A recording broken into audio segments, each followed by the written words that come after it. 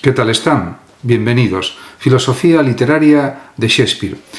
Realmente fue un gran autor teatral y si la literatura europea tiene un eje invisible que articula el tránsito entre la modernidad naciente y la crisis de las grandes certezas renacentistas, ese eje es William Shakespeare. El bardo de Stamford upon Avon, que no fue un filósofo en sentido académico, como se puede entender perfectamente, pero su teatro contiene una profundidad ontológica, una agudeza ética y una sensibilidad metafísica que rivalizan con los sistemas especulativos más rigurosos. Se puede afirmar que la suya es una filosofía encarnada, no argumenta, sino que dramatiza, no establece proposiciones, sino que presenta conflictos y en ese despliegue escénico de pasiones humanas, en esa exposición de almas desgarradas, de reyes torturados, de amantes destruidos por su deseo o de bufones que iluminan la verdad, se construye un pensamiento literario cuya densidad y vigencia no han sido superadas. Además, hay que decir también que Shakespeare no plantea doctrinas, plantea dilemas, y ese carácter problemático de su escritura es precisamente lo que le otorga su carácter filosófico. A diferencia de los moralistas o de los tratadistas del siglo XVI, el teatro shakespeariano no busca enseñar, sino mostrar, revelar la condición humana en su esplendor y su ruina, en su heroísmo y su miseria, en su afán de poder y su nostalgia de trascendencia. Mostrar además que el hombre es simultáneamente un ser racional y un animal dominado por pulsiones, un agente libre y a la vez un juguete de las circunstancias, un sujeto de derechos y un objeto de violencia, un espíritu ávido de belleza y un cuerpo destinado a la corrupción, a la muerte.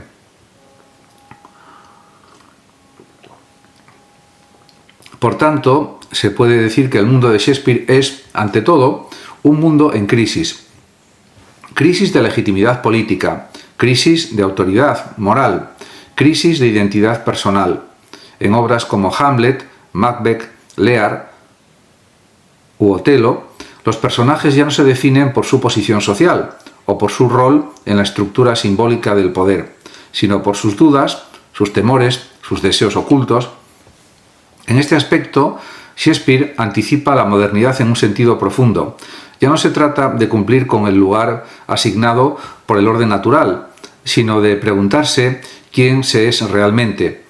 La identidad, por tanto, deja de ser un dato y se convierte en un problema. De ahí que tantos de sus personajes estén desgarrados, divididos, sumidos en monólogos que expresan una conciencia fracturada. El famoso to be or not to be no es una simple vacilación existencial, ser o no ser, sino una manifestación del descentramiento radical del sujeto.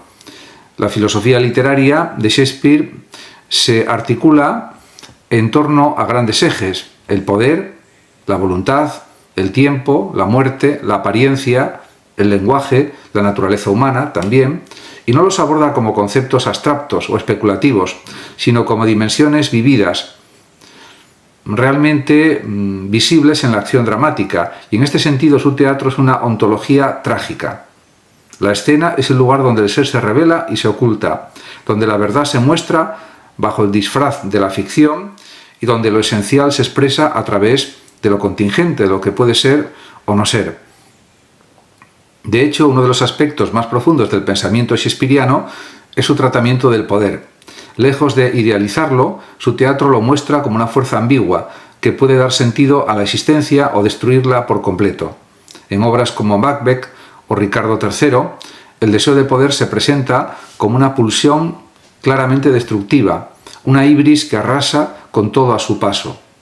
Pero no se trata simplemente de una condena moral. Lo que Shakespeare muestra es cómo el poder transforma al sujeto, cómo el deseo de dominar convierte al hombre en un monstruo, cómo la ambición corrompe incluso los lazos más sagrados. Macbeth, que comienza como un noble valeroso, termina convertido en un tirano sanguinario, pero no lo hace por maldad intrínseca, sino por una lógica interna del deseo que lo lleva a transgredir todos los límites. Así, Shakespeare plantea también la pregunta fundamental: ¿puede el ser humano ejercer el poder sin ser transformado por él? Probablemente no. La pregunta no es solo política, sino ontológica. El poder no es solo una relación externa entre sujetos, es también una forma de constituirse a uno mismo. En Coriolanus, el protagonista es incapaz de adaptarse a las exigencias del poder democrático y por ello fracasa. En cambio, en Julio César, el asesinato del tirano no produce la libertad esperada, sino una nueva espiral de violencia. El poder, por tanto, no es algo que se posee, sino algo que se padece. Nadie lo controla de un modo absoluto o completamente. Esta visión trágica del poder anticipa también la crítica moderna a la soberanía, desde Nietzsche hasta Foucault. Otro eje fundamental del pensamiento shakespeariano es el de la voluntad. En muchos de sus personajes encontramos una voluntad desmesurada, absoluta, que quiere imponerse al mundo, pero esa voluntad nunca está libre de consecuencias. Hamlet quiere vengar a su padre, pero su voluntad está paralizada por la duda. Macbeth quiere el trono, pero su voluntad lo arrastra a la destrucción. Lear quiere ser amado, pero no puede aceptar la verdad dolorosa de su vejez. En todos estos casos, la voluntad aparece como una fuerza ambigua. Es lo que nos permite actuar, pero también lo que nos destruye. En esto Shakespeare se sitúa en una línea similar a la de Schopenhauer o Freud. El sujeto no es dueño de su voluntad, sino que es arrastrado por ella. Y de este modo se ve que si la voluntad es una fuerza oscura, el lenguaje no lo es menos. En Shakespeare, además, el lenguaje es tan poderoso como equívoco. No es un medio transparente para comunicar la verdad, sino un campo de batalla donde se disputa el sentido. En Otelo, Iago, por ejemplo, manipula el lenguaje para sembrar la duda y la destrucción. En Hamlet, las palabras no sirven para aclarar, sino para enredar, para protegerse, para disimular. El monólogo es una forma de pensar, pero también un modo de ocultar. De ahí que muchas veces el lenguaje en Shakespeare tenga una dimensión performativa.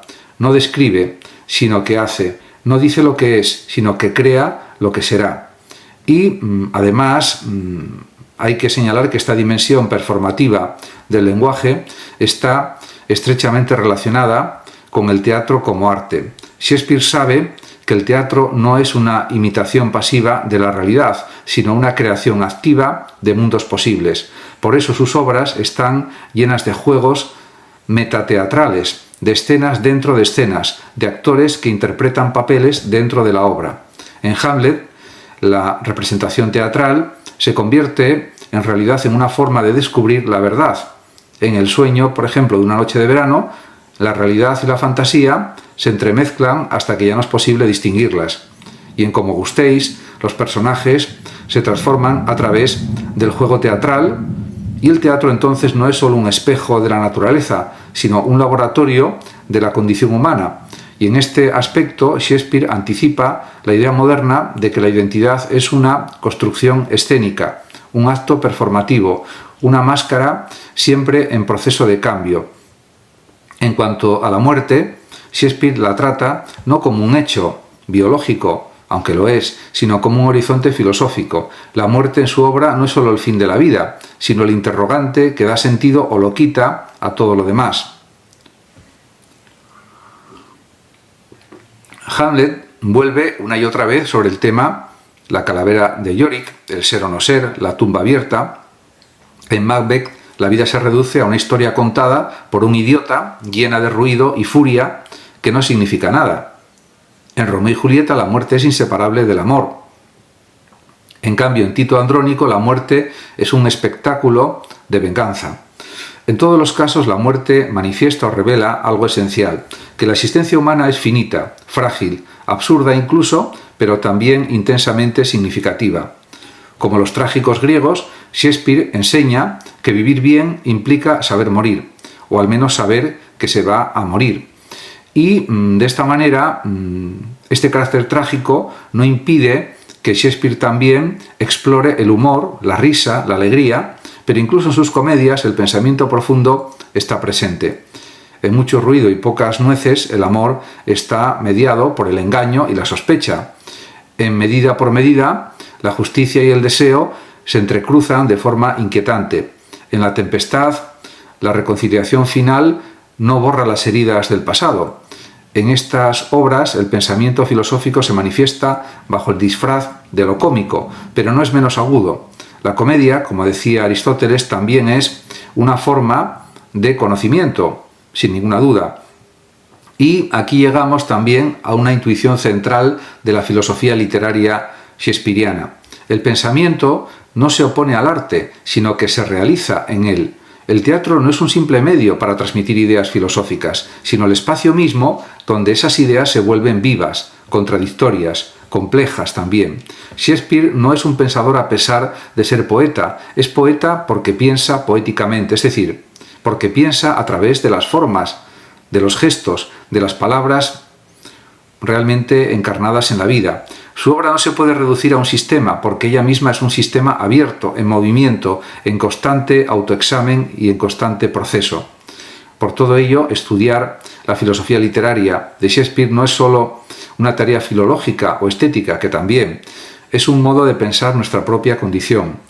En un mundo que ha perdido muchas de sus certezas metafísicas, su teatro nos ofrece una visión trágica, pero no desesperada, de la existencia.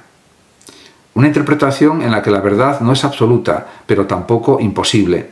Una visión en la que el ser humano es contradictorio, pero no insignificante. Una visión en la que el arte no consuela, pero sí ilumina y aclara. Y de esta forma también se puede decir que realmente la obra teatral de Shakespeare nos da mucho que pensar y mucho que sentir. Y también él aborda temas como la figura del bufón y la sabiduría paradójica, la dialéctica entre naturaleza y civilización, y por lo tanto también está presente en su obra la cuestión de la libertad. En este aspecto también hay que señalar algunas cuestiones. Uno de los dispositivos más fascinantes del pensamiento literario shakespeariano es precisamente la figura del bufón. Lejos de ser un simple recurso cómico, el bufón shakespeariano, presente en obras como El Rey Lear, Noche de Reyes o como gustéis, cumple una función filosófica esencial, clave. En la tradición cortesana, el bufón era el único autorizado a decir la verdad al poder. En Shakespeare, esta licencia se convierte en una forma de crítica lúcida, irónica, muchas veces brutal, al orden establecido. El bufón no obedece las convenciones del discurso racional ni las normas éticas o morales dominantes. Su habla es fragmentaria, llena de dobles sentidos, juegos lingüísticos, paradojas, etc. Y sin embargo, su visión es frecuentemente más profunda que la de los sabios e incluso los nobles. Y de esta manera, en El Rey Lear, el bufón es el único que se atreve a confrontar al monarca con su locura, al decirle, bajo el velo del chiste, que ha cometido un error descomunal al dividir su reino. Mientras Lear se hunde en la tormenta del sinsentido, el bufón sigue hablándole con agudeza, con ternura incluso, marcando un contraste trágico entre la sabiduría humilde y la arrogancia ciega del poder. Pero lo realmente paradójico es que esta sabiduría no proviene de un saber abstracto, sino de una sensibilidad inmediata, casi corporal o corpórea, para captar lo que está mal, lo que está fuera de lugar. Es una especie de emotivismo ético, anterior al emotivismo de Hume. El bufón es en este sentido un filósofo cínico, en el sentido antiguo. No predica, no enseña, pero vive en la verdad. En Noche de Reyes, el bufón Feste es aún más radical. Su canto final, cuando era niño, el mundo era un juego, introduce una melancolía subyacente que disuelve la aparente ligereza de la comedia. El bufón sabe que toda celebración es efímera, que toda alegría está amenazada por el tiempo. En esta intuición se revela o manifiesta una concepción profundamente filosófica del mundo. El humor no oculta el sufrimiento, sino que lo expresa de otro modo. El bufón, con su risa desbordante, no niega la tragedia, la bordea, la cambia, la reconfigura. Y esta figura del bufón nos conduce también a una cuestión central en Shakespeare, la de la libertad humana. En el pensamiento moderno, la libertad se concibe frecuentemente como una propiedad del sujeto racional autónomo, capaz de elegir su destino. Pero en el teatro de Shakespeare, la libertad está en constante tensión con el deseo, con el poder, con el lenguaje, con la fatalidad, con el destino. Sus personajes son libres, pero esa libertad se encuentra comprometida desde su origen. Hamlet puede vengar a su padre, pero no puede decidir cuándo ni cómo hacerlo sin consecuencias devastadoras. Macbeth, por tanto, puede elegir no asesinar al rey, pero ya ha escuchado las profecías de las brujas y, en cierto sentido, ya ha sido elegido por el destino. Y de esta manera se observa que en Shakespeare la libertad no es un estado, sino un conflicto. El sujeto no es libre porque controle sus acciones, sino porque lucha contra las fuerzas que lo determinan. En este aspecto, en este punto, el pensamiento shakespeariano se sitúa en una posición intermedia entre el fatalismo antiguo y el existencialismo moderno. No niega la capacidad de obrar libremente, pero tampoco la absolutiza. La voluntad humana existe, pero está traspasada por lo incierto, por lo imprevisto, por lo que está más allá del cálculo, de la prudencia, podríamos decir. Esta concepción ambigua de la libertad se refleja también en su visión del tiempo. El tiempo de Shakespeare, o el tiempo shakespeariano tal como él lo entiende, no es lineal ni progresivo, como el de la historia moderna. Es un tiempo trágico, circular, lleno de retornos y repeticiones. En Macbeth, por ejemplo, el protagonista intenta acelerar el tiempo, forzar el futuro, precipitar el destino, pero esa prisa solo lo conduce al abismo. En cambio, en Ricardo II, el tiempo es una prisión, una condena, y en La Tempestad, por ejemplo, en esta obra de teatro, en cambio, el tiempo permite la reconciliación, la redención. Próspero, exiliado durante años, utiliza el tiempo para urdir un plan que finalmente restablece el orden. Pero incluso allí el tiempo aparece como algo frágil, como algo, podríamos decir, ilusorio. Y eso también es algo clave en su elaboración de sus obras de teatro. El tiempo no es simplemente el marco de la acción dramática para él, es uno de los protagonistas de su teatro. Marca los ritmos de la vida, de la política, también del deseo, pero sobre todo introduce la conciencia de la finitud. En el universo shakespeariano todo está condenado a pasar, nada dura, ni el amor, ni el poder, ni la belleza. Esta conciencia trágica no conduce al nihilismo, sino a una forma de lucidez. Saber que todo se desvanece no anula el valor de las cosas, sino que lo intensifica. En este sentido, Shakespeare se aproxima al estoicismo, pero sin su serenidad, sin su ataraxia o tranquilidad de ánimo. Lo que ofrece no es consuelo, sino intensidad. La relación entre naturaleza y civilización es otro de los temas clave en sus obras.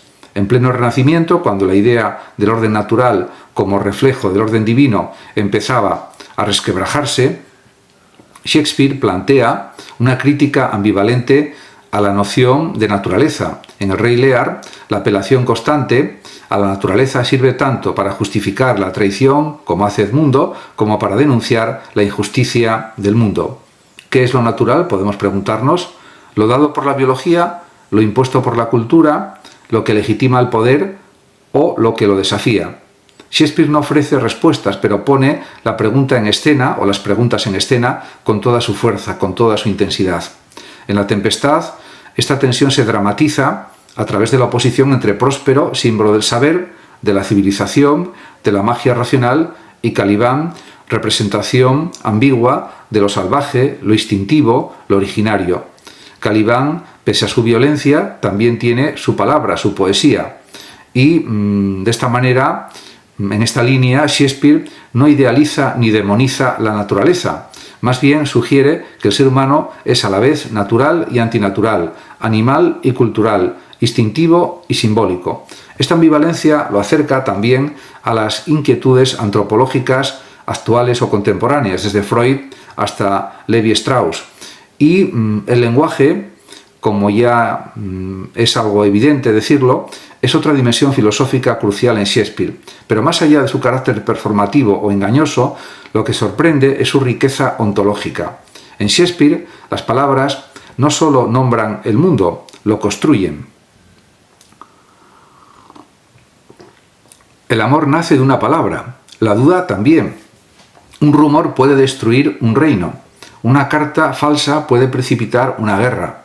El lenguaje es creador, pero también destructor.